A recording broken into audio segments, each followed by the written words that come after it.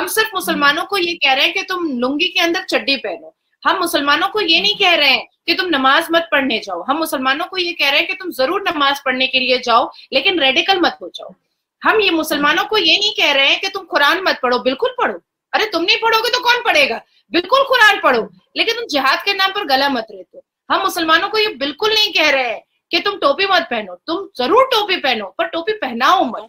कि भाई खुदारा इस तरह की हरकत ना करें। आप लोगों से पहले ही दुनिया को बहुत ज्यादा नफरत हो चुकी है। ये ना हो कि एक जंग लग जाए आपके खिलाफ और फिर जो है ना वो हाल हो जो इस टाइम दूसरे ममालिक का हो रहा है या फलस्तीन का हो रहा है। अल्लाह ना करे कि फलस्तीन जैसा हर किसी का हो। ये चीज तो पाकिस्तान में भी होनी चाहिए। हमारे यहाँ भी जो मदरसा एजुकेशन है उसमें बहुत बार हमने ये देखा है कि जो बच्चे होते हैं उनको किसी दूसरे रिलीजन के खिलाफ सिखाया पढ़ाया जाता है। उनके दिमागों को एक तरह से ब्रेन वॉश करके अपनी मर्जी का कुछ भी उनको सिखाया जाता है। तो मदरसे तो पाकिस्तान में भी बंद होने चाहिए। तो न्यूज में आपका पुनः स्वागत है।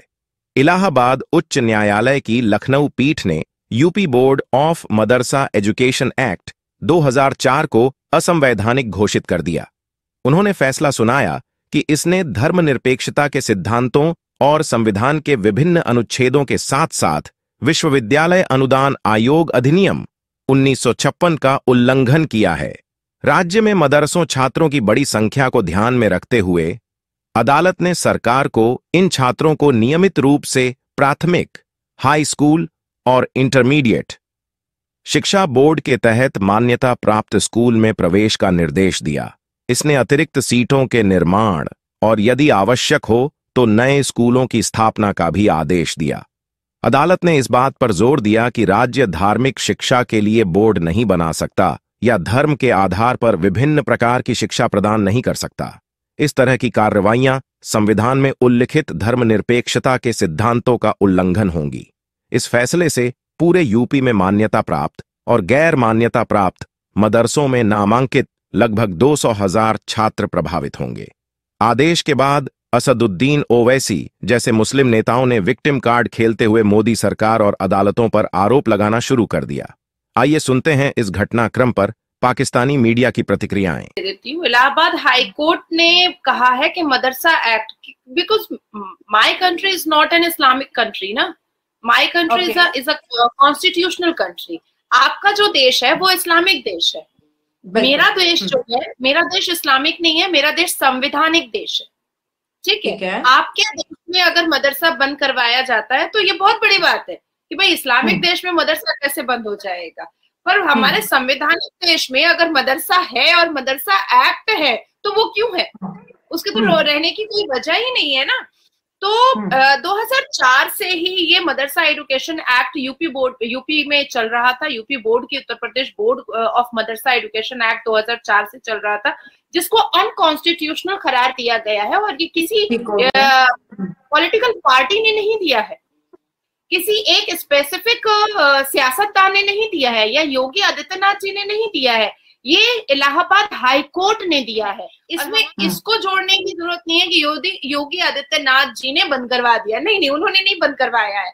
कई जमाने से ये केस चल रहा था और इस केस का रिपार्केशन जो है, इस केस का जजमेंट जो है वो अब आया, क्योंकि जो मोटिव इन्होंने रखा हुआ है आई थिंक सो कि ये सरासर गलत है, नाइंसाफी है। उसकी वजह यह है कि वो एक इज्तिमाई जगह है, वहाँ पे हर तरह का इंसान है, मतलब कि हिंदू, पाकिस्तान, मुसलमान। अगर देखा जाए ना तो वहाँ पे मुसलमान लोग ज्यादा हैं। अगर एक ही चीज को वो सपोर्ट करने लग जाए या एक ही चीज की तालीम देना शुरू कर दो तो आई थिंक सो कि ये बहुत बैड एक्सपीरियंस भी रहेगा उनके लिए, और ये बहुत बुरी जो है ना बात है कि वो एक चीज को सपोर्ट कर रहे हैं। ऐसा नहीं होना चाहिए।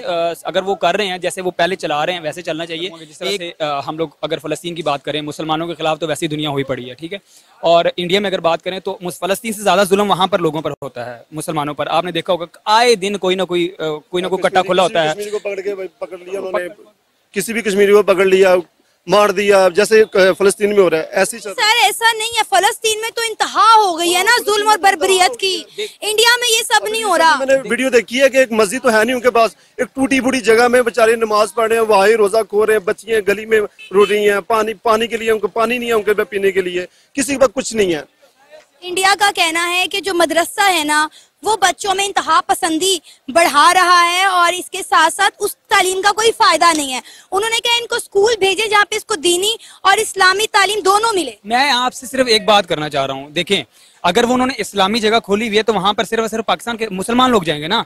अब ये मुसलमान के अगर इतने खिलाफ है और मुसलमान के मतलब वो शुरू से ही मुसलमानों के खिलाफ है। आप देखें एक यहाँ पे जो फलस्तीन में हुआ है, नो डाउट वो बहुत बेहद हो चुका हुआ है, लेकिन हद क्रॉस इंडिया ने भी किया, लेकिन हम लोग को नजर नहीं आ रही। उसकी वजह क्या है कि वो एक एक मुसलमान को पकड़ते हैं और उसको जिस तरह से मारते हैं, आपने देखे होंगे न्यूज चैनल से, यहाँ पे आप वीडियोस देखती होंगी कि किस तरह से वो मुसलमानों पर जुल्म करते हैं।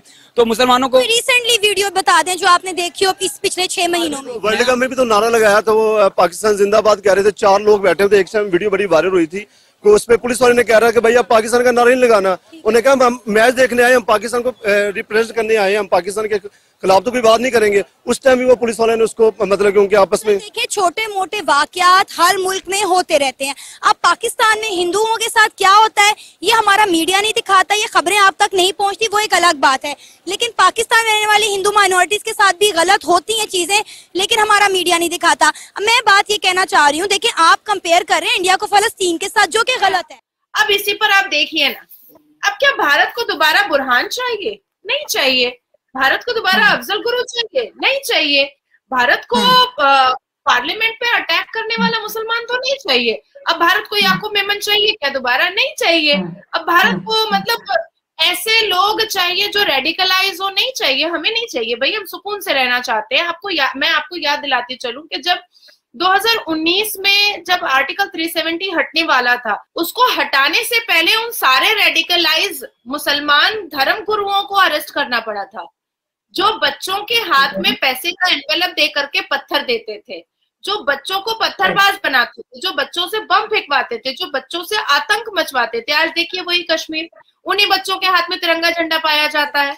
ये चीज तो पाकिस्तान में भी होनी चाहिए। हमारे यहाँ भी जो मदरसा एजुकेशन है उसमें बहुत बार हमने ये देखा है कि जो बच्चे होते हैं उनको किसी दूसरे रिलीजन के खिलाफ सिखाया पढ़ाया जाता है, उनके दिमागों को एक तरह से ब्रेन वॉश करके अपनी मर्जी का कुछ भी उनको सिखाया जाता है। तो मदरसे तो पाकिस्तान में भी बंद होने चाहिए। तो मैं हमेशा से कहती रही हूँ और इस वक्त भी मैं जो है यही कहूंगी कि अगर भारत में इस तरह हो रहा है तो हमारे बहुत से दोस्त हैं जो बड़े नाराज हुए हैं। उन्होंने कहा जी ये क्या बात हुई है जी, भारत इस तरह कर रहा है, लेकिन ये काम तो पाकिस्तान को भी करना चाहिए। मदरसा एजुकेशन जो है वो बंद करें। रिलीजन हर एक का जाती मामला है, अगर आपको रिलीजन पढ़वाना है पढ़ना है तो आप घर में पढ़िए, या कम से कम इन मदरसों को इतना चेक तो जरूर करना चाहिए कि कहीं ये बच्चों को गलत सीख तो नहीं दे रहे, जो हमारे यहाँ तो बहुत किया जाता है। मुझे नहीं पता कि हिंदुस्तान के मदरसे क्या सिखाते हैं, लेकिन पाकिस्तान में तो जो है वो एक हेट्रेड जो सिखाई जाती है दूसरे रिलीजन से वो बहुत ज्यादा है। और यहीं से वो कहते हैं ना, कभी गजवाए हिंद हो रहा होता है तो कभी जिहादी बन के निकल रहे होते हैं, कभी सबको कलमा पढ़ा दो, कभी सर तन से जुदा। ये सारी चीजें जो है हमारे ज्यादातर मदरसे से निकलते हैं। वैसे तो अब ऐसे ऐसे लोग भी निकल आए हैं जो यूनिवर्सिटीज और कॉलेजेस में भी इस किस्म की बातें करते हैं, लेकिन जाहिर है मदरसे में ये चीजें ज्यादा सिखाई जाती हैं। तो पाकिस्तान में भी जरूर जो मदरसा सिस्टम है या मदरसा जितने मदरसे हैं उन सबको चेक करना चाहिए गवर्नमेंट को, और इनको रोकना चाहिए गलत बातें बच्चों को सिखाने से, बल्कि बंदी कर दें तो ज्यादा अच्छा होगा। इस्लामी तालीम दे रहे हैं तो देनी चाहिए।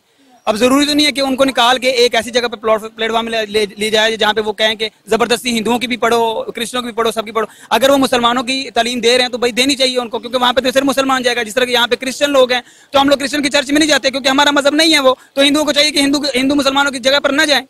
बंद कराने का क्या मकसद है? बंद कराने का कोई मकसद नहीं है। मुझे ये बताएं कि पाकिस्तान में कितनी दुनियावी तालीम दी जाती है मदरसों के अंदर। आप पाकिस्तान में कितने मदरसे हैं? हर गली चौक चौराहे पे आपको मदरसा मिलेगा। वहाँ से निकलने वाला बच्चा किसी IT हब में जाके काम करता है? देखिए मेरी बात नहीं करेगा, कभी भी नहीं करता। उसको क्या तालीम दी जाती है वो आप ही बता दें। मदरसे की दी जाती है, कुरान पाक की पूरी तालीम दी जाती है उसको, और वो जो अदर एक्टिविटी है वो तो कभी कर ही नहीं सकता। जैसे हम कर सकते हैं, यार नेट का काम कर लिया, इधर कर लिया, उधर कर लिया, कॉन्फिडेंस ही नहीं होता। डर, सारी उम्र डर ही बिठाया जाता है उनके दिमाग में। कुरान पाक तो उन्होंने पढ़ लिया होता है, आगे उस तफसील पे भी पढ़ लेते हैं, हर चीज कर लेते हैं, लेकिन उनको ये तालीम नहीं दी जाती है जो एक्टिविटी होती है, अदर एक्टिविटी जो हम। इंडिया का भी यही इस वक्त मौकफ है ना मेरे भाई। इंडिया भी तो यही कह रहा है, वो कह रहा है दीनी तालीम के साथ साथ दुनियावी तालीम भी दो। 4 साल से लेकर 14 साल के हर बच्चे को स्कूल भेजा जाए और उन्हें वहां पर दीनी तालीम भी दो और दुनियावी तालीम भी दो, तो फिर इसमें गलत क्या है?